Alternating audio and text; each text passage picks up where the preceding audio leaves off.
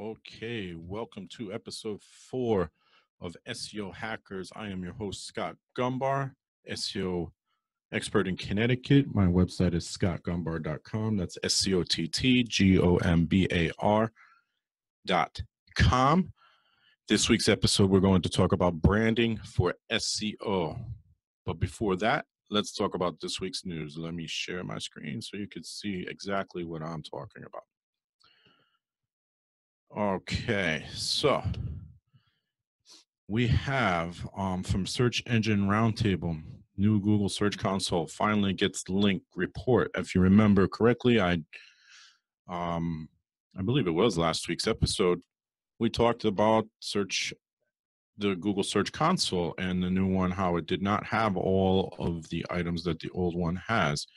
Well, so they finally added the link report, so now you can see your backlinks and internal links. Let's see if it covers both. It was rolled out, it looks like sometime last night or this morning, and you can see external links and top linking sites and internal links. Beautiful. So this will help with my internal link SEO case study within the group. Remember that I do go live on Thursday nights, the SEO Hackers Live After Dark from the Facebook page. So if you're not a member of the SEO Hackers community on Facebook, please do join so. It'll be linked in this podcast episode and a whole bunch of other places on the website. It is SEOHackerz.com. That's SEOHACKERZ.com. So go there and you could join the group and you'll see the link study, the internal link building study that we've been working on for a few weeks now, and the results. And it's funny because I always say this when I record the show, the results are starting to look promising for the case study. From SEO, sorry, you can't see it, but the recording tools are in the way. Let me move that. From SEO, Search Engine Land, sorry. How visual and voice search are revitalizing the role of SEO. I've also talked about this one. So if you are not, if you're an SEO and you're not up to date, or even if you do your own SEO, you're a DIYer, then you need to keep up, and SEO is changing rapidly. I have my own blog post about how things are going to change for voice search and what you need to focus on for voice search. I have not talked about visual search. However, I believe people, if you're doing SEO properly, you've been optimizing for images and so forth for years. But here's some visual search optimization tips. And if you go down further, it also talks about how to optimize for voice search. And I'll give you an example. I can show you, I think I did this in a previous episode, but I'll do it again. If I search for plumber, you'll see right here is a definition of plumber and a definition of plumbing. And this might be the response that voice search returns. It's not going to return these ads. It's not going to return these results here. It may return affordable plumbing, but it's more than likely going to return this. And if I searched, let's say 5 things to maintain your home plumbing,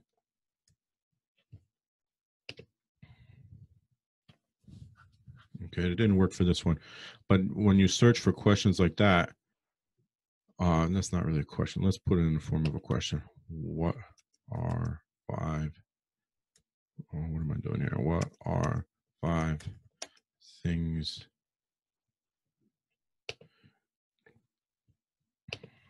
you can do to maintain home plumbing? Okay, it didn't return what I was looking for. However, this is not an ad, and this might come up. So when it can't return, so sometimes you'll see rich snippets. So those will be your bullet point lists or the answer to a question. at the very top, and that will usually tend to be the result that the voice search will return, whether it's Alexa or Google or whoever. If it can't find something, it may use the first result. So Mr. Rooter looks like it's not this. Not looking at me. It looks like it might be. Yeah, it looks like it could be for multiple locations. But here's a home plumbing checklist, and notice there's a bullet list. Okay, so these are the kind of results that Google's looking for, though they may not admit it, but they are looking for a summary or bullet point list of what the entire post is about early in the article. So it's near the top. Scroll down, there's more, well, there's more bullet points too, but there's more information. It's looking for those bullet points. It's looking for an easy way to answer the question that's being asked. So that's voice search, and that's the direction it's heading right now. Let's go one more article for today, and that one is from Search Engine Journal, and that is how to audit and improve page titles for SEO. When page titles are too long, I mentioned this, I just had a conversation with a client about their meta description being too long. So it gets truncated. You're not going to see everything that's here. It's not going to hurt anything, except that it might not make sense. When your page title, which I believe is 60 characters at this point, is too long, they're not going to see the whole thing. When your page titles are too long, they look, and then you can see ... So how do you take care of that? Well, if you're using Yoast plugin, that'll help because it'll tell you your title's too long.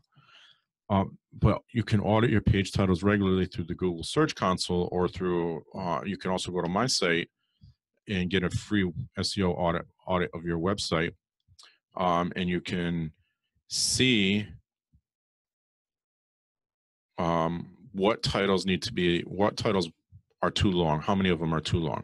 So here you are. Here's some title examples. Okay.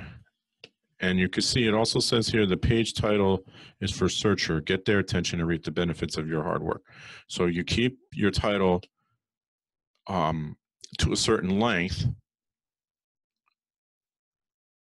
Here, be aware of your brand name. Be aware of the character length of your brand name. This isn't marketing jargon. I mean this literally. If Google accepts you as a reputable brand, they might try to help you cause by naturally appending your brand name to the end of your page title. Now you could do this with plugins as well, but if you are recognized by Google, then they'll do it for you. Different set of rules for mobile. So it's a pretty good sized checklist of stuff you need to look at and how you can optimize your page titles. I will say this, if you see 5 page titles that all essentially say the same thing, then nobody's gonna, you're gonna, it's pick one. It's duck, duck, goose, whichever one they decide to pick. If you pick one because it kind of stands out, and this is kind of my AdWords strategy, I create titles that stand out, then you could be winning the game of SEO, because people, if you're intriguing people, if you're piquing their interest, they're more likely to click. So instead of, I'll show you on the dad tax, instead of review of Grammarly, I put want to be humbled, use Grammarly, fix grammar before publishing. Because, so I talked a bit about this on a previous episode as well, but Grammarly is a humbling experience for writers. So especially if you go back to an older blog post like I did in a previous episode. So again, so to recap the 3 news items we talked about: Google Search Console, the new Google Search Console finally gets link report, how visual and voice search are revitalizing the role of SEO. It's really important, guys. If your SEO is not working towards a plan for voice search, then they're failing you as a client. So you need to make sure that your SEO is doing that. And then finally, auditing and optimizing your page titles for SEO. So I'll link to these in the show notes, and let's begin this week's episode of the of SEO Hackers. This is episode 4, and we're going to talk about branding for SEO. And what I'm going to focus on is 3 websites that help with branding. One website that apparently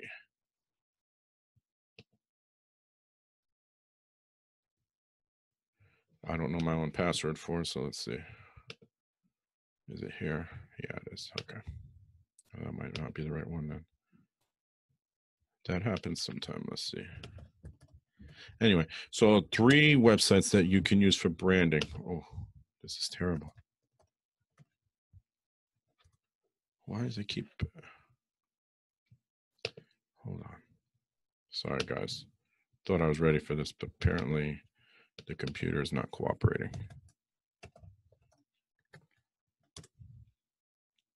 Okay. And by the way, this is going to be another important note. Here, you're going to see that I have multi-factor authentication set up. Important. Oh, what is going on?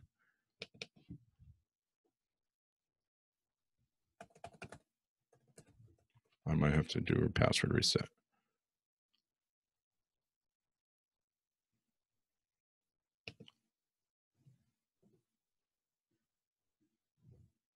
Okay, so it's going to ask for a number that it texts to me. Not the most secure way, but it's definitely more secure than just a password.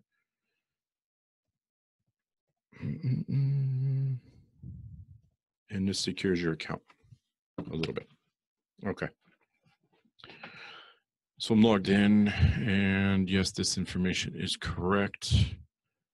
Don't start spamming or calling me, please. Unless you want me to do business with you. The first thing I'm going to go over is link. The types. There's 2 types of links. There's no follow and there's do follow. No follow means that you don't get any credit for that link. Okay. Meaning if, well, if I said Quora, I'm going to add a link to Quora and I'll get the link juice from Quora, which probably has really high domain authority, and that'll help raise the domain authority of my own site. It's not going to work for Quora. But you do need to have backlinks from both no follow and do follow.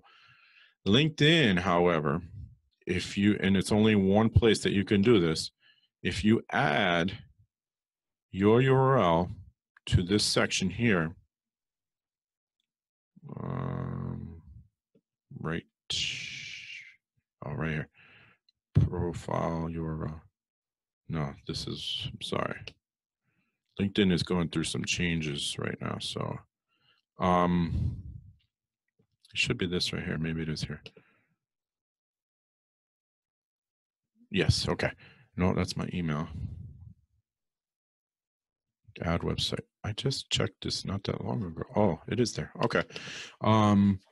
Your website URL here under contact info. This is a do follow URL. Now that means that LinkedIn is passing its link juice back to my website. And LinkedIn, I'm sure, is extremely high on domain authority. So add your URL to your LinkedIn profile if you have not done that. And that, by the way, so you go to your profile, you click the little pencil here on the right. You go to right here where it says contact info and website URL. If you haven't done it, you should also have a custom profile. So it should be / your name. So mine is / Scott Gombar. Add your social media as well. You should do all of those things. What you shouldn't do is ignore this. This is important. So this is link juice back to my site now. And getting it from LinkedIn is huge. Getting it from any social media, whether it's no follow or do follow, is important. So the reason it's important is in your link profile, your backlink profile, if all Google sees is a bunch of do follows, it's going to assume spam. It's going to assume you're doing something to manipulate the system. They're manipulate their algorithm. So you don't want that. You don't want to have Google think you're up to no good if you're trying some black hat method of SEO. You don't want that to happen. You want to have a good mix of no follow and do follow. So there are people, and if you own a blog, you probably experienced this, where people go and comment just to leave their website address on your website. Mark those as spam, and your website should also be set up as no follow for those items. The other two sites that I use, and so if we talk about branding, so I have my image. I haven't changed this, but I will. Brand your LinkedIn page. So you should have content. You can see I haven't added any recently, but I have slideshows here. I have wow, it's been 3 years since I was nominated. I was nominated as for a Shorty Award 3 years ago, and for business blogging. You know, include those kind of things so that people learn more about you. I've blogged on LinkedIn, and I'll be honest, I don't pay as much attention to LinkedIn as I should. But I do, and I participate in groups.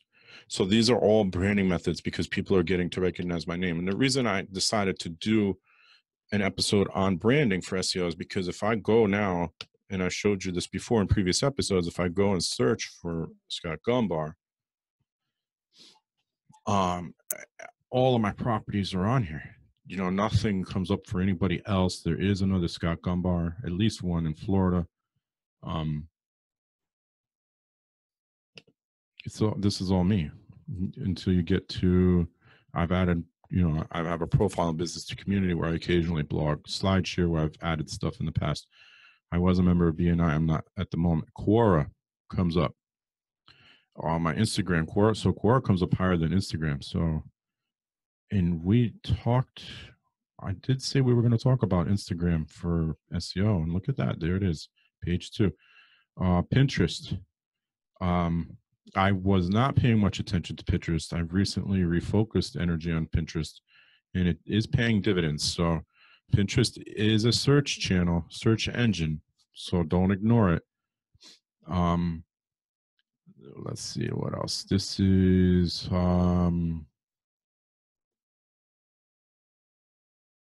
Kickstarter. I don't know why that would be on Kickstarter, but I had a podcast in the past, and this was one of the episodes with a friend of mine, actually. I once in a while play golf, but you can see if you keep going, I'm on Foursquare. If you keep going, here's the person in Florida, and I don't know what this is. Yeah, I don't do construction, so that's not me. So that's probably the one in Florida. So now I'm halfway through page 3, and I still have some. This is me. That are showing up Google Plus, page 3. So that's why branding's so important, because and your website, by the way, your website should always come up first. So there's my website. It comes up first. Your website, if you search by it. So if you do use branding, personal branding for your business, your website should always come up first. If it's not, you're doing something wrong. So look at LinkedIn as number 2. So I bringing you to Alignable, Quora, and LinkedIn. So there's my site. There's LinkedIn number 2. There's Alignable number 4, and there's Quora. Was on the next page. Okay. Chamber of Commerce, Yelp, UpCity. I told you about that in a previous episode. They featured one of my blog posts. Without me going after them, by the way, that's part of branding. People will reach out to you. I've gotten in recent days, I've been approached about paid blogging on other sites. I'm still researching to see if these sites are worth my time and energy, but it's interesting to me that people are reaching out to me to pay me to blog on other sites now. So that's why I'm talking about branding for SEO. It's important. It is not a ranking factor per se, but the more people recognize your name, the more you will benefit from that in your SEO. All right. So now people are not only searching for Connecticut SEO, they might be searching for Scott Gombar or Scott Gombar SEO. And because of my branding efforts, it helps. There was a book written, The Brand Called You. I read it a while ago.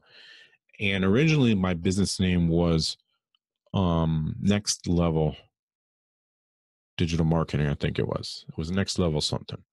And that was, it's been over 5 years now. I decided a few months after I started the business that Next Level was too generic. Like, you get the idea. I want to take your business to the next level, but it was too generic. And I read that book, a recommendation from somebody else I know, and I decided, okay, we're going to do this. We're going to call the business Scott Gombar. And then it was digital marketing for a while, and I decided I wanted to focus my energy solely on SEO and some AdWords. So that's what I'm doing. I'm doing solely SEO and a little bit of AdWords for a few clients. I don't mind taking on clients for either one, but the focus is definitely SEO and what you can do. And there's so much to do for SEO. And that's why I decided to focus only on SEO. I don't believe there's that many SEO experts in Connecticut, at least. There's probably a few more in New York, obviously. I don't believe there's that many in Connecticut that really know what they're talking about. And I'm probably going to piss off a few SEOs out there, but that's okay. If you want to call me out, then call me out. I've searched SEO and I've seen what some of you guys are talking about or not talking about, and it's not good. Alignable is a no follow link. Okay. But it is great for branding. And here's why. There is Q&A form. I have referrals on this website, and I don't, so you can go premium. I have not gone premium on here. You can do the same on LinkedIn. I've tried premium on LinkedIn. I believe the only thing people use premium for on LinkedIn is to be able to spam people more. And I don't know if they've changed the rules. I know they're changing things now that Microsoft bought it. They're changing groups and so forth. But, you know, I don't know. I don't, unless you're looking for a job or you're in sales, I don't really see a good reason to use LinkedIn premium. Now, I have a good friend that does LinkedIn professionally. She helps business owners and so forth with LinkedIn, so she should probably beat me up for that. But I don't know. I used it for a little while, and I didn't really see the benefit in it. For Alignable, they want you to go premium so that you can add more people in a month. So I think they limit it to 10 people that you can add in a month. I've built it, but that doesn't mean people can't add you. It just, I can't add anymore. So I built it up. So this is the Q&A form. People ask questions, what inventory management software do you use? I'm not going to answer that question, but there are questions related to what I do that I sometimes answer. How do you manage your online reviews? So this would be a good question for me to answer. I would, and I haven't. So I'll jump on here and answer this question for Carl. It's a good way. Answering questions is a great way, not a good way, a great way to build up your brand, your personal brand. People get to know the name. My profile is, so I can show you that I've also gotten, I have more reviews on here than I do on Google. It's crazy. Where are they? My business. Visit business profile. 7 referrals on here versus 5 on Google. And I think I have 5 on LinkedIn as well. Some of them for my first business. So I don't have many on LinkedIn. I have 7 on Alignable. Alignable's purpose is to connect local businesses. So the idea is that you will connect with other local businesses. Oh, did I say local businesses? That's right, because I do local SEO. Again, it may not help with link juice, but it helps build a community and it helps you connect. Oh, I've received 12. I'm sorry. 7 referrals. I'm sorry, I read that wrong. I've received 12 recommendations on Alignable. So 12 versus 5 on Google. I'm not sure how many I have on Facebook. So it's getting a lot of usage. It you can get referrals and reviews. I've got 12 recommendations. You can answer questions, even more important. Okay. It's free. There is a premium solution. I don't even think the premium is that much, to be honest. $5 a month to be verified. $30 a month to go premium. And the difference is you can connect locally unlimited. Yeah, so free is 10 a month. Verified is 30. And premium is unlimited for local.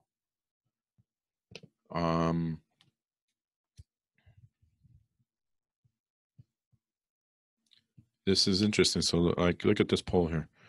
What's the absolute best thing about owning a business? So I would answer it just to put my name on it. Setting your own hours, more time with family. That is not a truth. I am my own boss, helping people with their services. So I'm going to answer these on here real quick. I'm going to say setting your own hours. And here's why. I get to work around my kids' schedule. More time with family. So. I am my own boss. That's not true. Your clients are your boss. Helping people with your services. I do like doing that. So I'll check that one out as well. And other, I'm not going to go too crazy here. But you get the idea. You can use Alignable to build up your brand, answer questions, participate in the community stuff, have conversations, ask a question. You could even ask a question. Come on and ask an accounting question, or do what this person did about what's the absolute best thing about owning a business. These things are going to create conversations and people are going to remember you. I haven't answered a question on here in a little while, so I doubt I can find one at the moment, but now that I'm talking to you about it, I will. Quora, I do participate in a little more often as far as answering questions, and it is just a question answer site. And you can you can pick the categories you want to answer questions on. So you see I have a bunch of categories here. Some of them I don't really pay attention to anymore, but angel investing, I think I was researching something at one point. Online social networks, running, I do run a little bit. Operating systems, I do have a tech background. Stocks, I'm trying to learn. Local SEO, small business marketing, responsive web design, Microsoft Azure, options trading, interracial dating. I am, my wife is from Haiti. Small business advice, real estate investing, stock trading, and digital marketing, social media marketing. And I don't see just SEO overall. I'm not sure why that is. But so there's related topics over here. And I know I do get in health. And I know I do get questions about SEO. So right now it's telling me I have 5 answers. Some of the questions are ridiculous. So I don't even waste my time. I just press pass.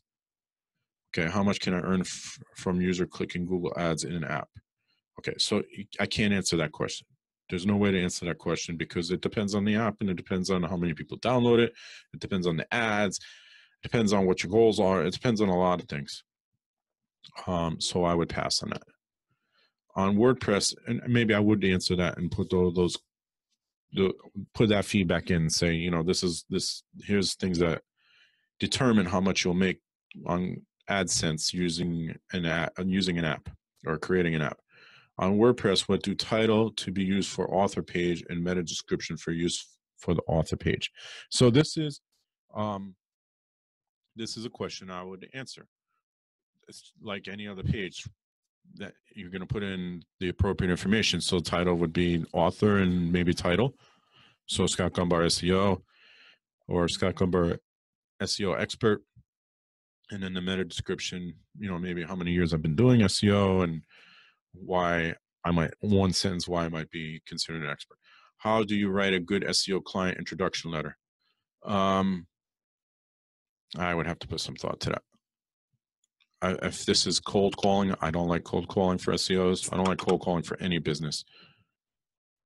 I don't think it's a good idea, especially for SEOs, because it looks spammy. How do you disable the Google Web Light bot on a page? I couldn't answer that. I don't know. But anyway, so you would answer. So those are questions for you, it just says. And then there's more. So some of them I can't answer. Some of them I don't want to answer. Where is the best place for WordPress development lessons? You know, I'd probably say Udemy or Udemy, depending on how you pronounce it. There's just all kinds of questions. And the idea is maybe maybe you don't know the answer to everything, and nobody does. The reason you want to come on here and do this is build your brand. People recognize your name, and you're building your trust with people. So people do business with people they know, like, and trust. I'm getting that from my BNI days. And you're building your trust online with people by doing this. So all of these things that I do, Quora and Alignable and LinkedIn and the podcast and helping people in general, these are all building your brand, building your name, your trust with people. And, you know, I post things on Facebook. I have the Facebook group for SEO Hackerz.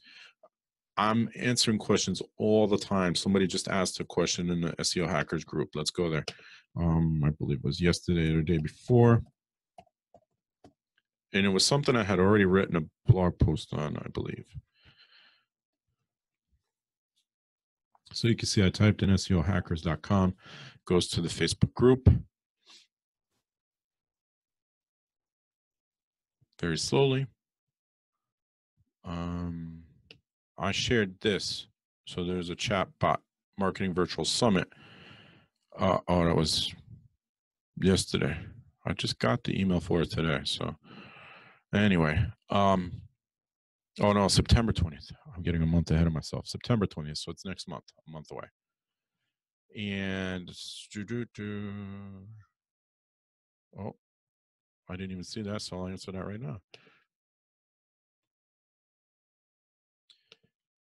So I do use Yoast. Any plugin will slow your site down. I have used all-in-one SEO in the past.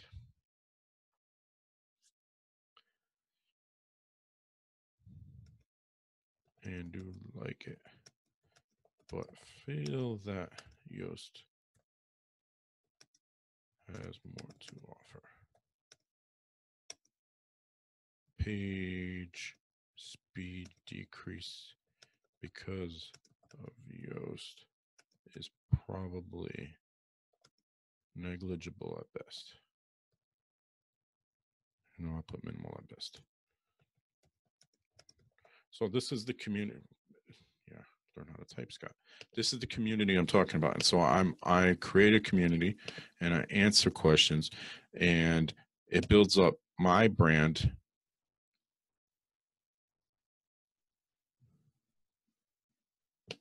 There should be increase. Page load speed. Let's change that too.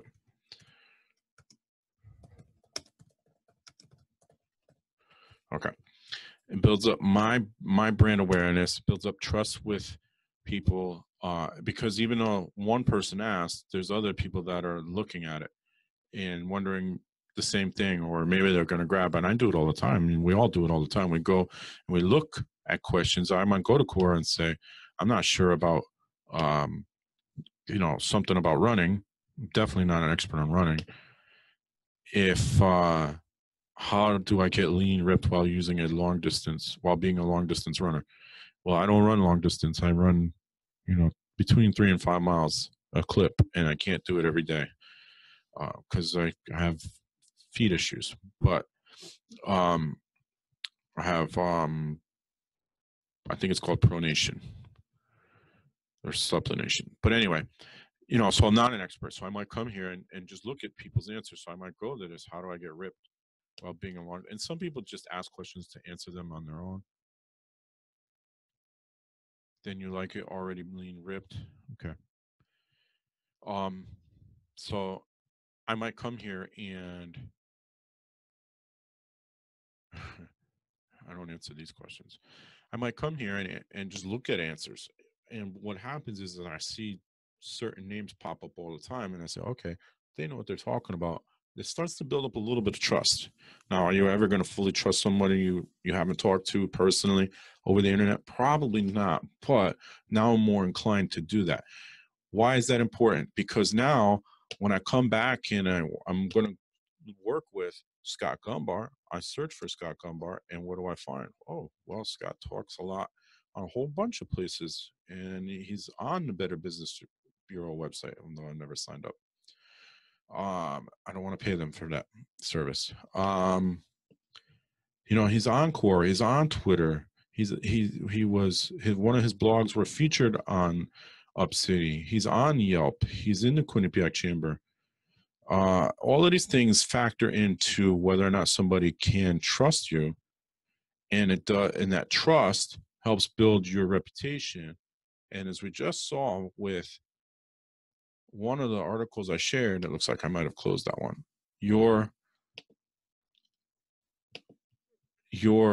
authority, your level of trust does impact SEO. I want to go back to Search Engine Roundtable now that I'm thinking about it, because there was something that I saw.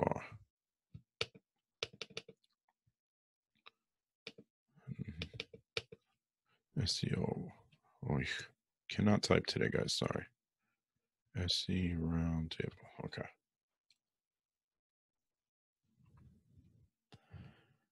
Google, we do not favor fresh content. So I wanted to touch on that too before we go. Google does not favor fresh content. Yes, Google does not, but who does? Your audience favors fresh content. If you haven't blogged anything in months, then you're failing your audience. Your audience isn't coming back to your website to look for new content. They know you haven't blogged in months. If they were paying any attention to your website, they're not anymore. And by creating fresh content, you're getting people to come back to your site, repeat visits. That's a signal to SEO that that your website is a resource, that there's engagement going on, that people want what's on your website. That is one of the signals, an engagement signal that tells Google, we need to rank this website higher. So when these questions get asked, I always find it amusing that the answer is from Google's, we do not favor fresh content. That's great, but your audience does. So your audience needs to know you're still putting out content, that you're putting out more information. That's why they're coming to your website. If they're not coming to your website because you're not putting anything new out, then you don't have the engagement statistics, the engagement analytics that you need for your website to move up the rankings in Google and gain more traffic. It's been proven time and time again, bounce rate, time spent on page, other pages clicked through to, commenting, sharing, and return visits. All of these things impact your overall search rankings. There's been, and don't do this, but there are people who have tested, hey, go out and search for this for me and click on my website, and have sent hundreds, or I don't know how many the number was, but so many people to do this.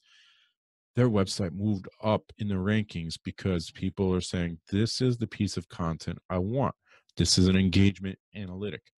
If the engagement analytics are there, then your website moves up in rank and in traffic.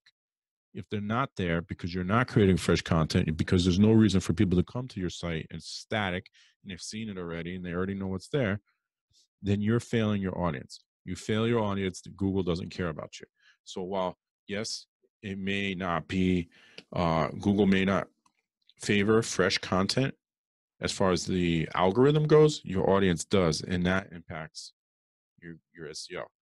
So take what you read with a grain of salt, and I'll link this article as well. That's an important piece of information to consider. So don't just say, oh, Google doesn't rank fresh content, there's no need for me to blog. Think about your audience. If your audience is not engaged, they're not coming to your site. You don't have traffic, you don't have analytics, you don't have engagement, you're not going to rank. All right, so that's the end of it. That's I don't know why it popped in my head, and I wanted to address it. Branding for SEO. This was episode 4 of SEO Hackerz. Please go to SEOhackerz.com, SEOhackerz.com, to join the group. And If you want to listen to or watch this podcast at all, then you could go to scottgombar.com. That's my site, SCOTTGOMBAR.com. Click on SEO Hackers in the menu bar. It will be uploaded to YouTube and iTunes, Google, a few other places. So you should have no problem finding it. Please go listen, watch, and I also transcribe. I'm now 2 episodes behind, but I will get caught up. Until next time, have a good day, and remember, SEO is for the people.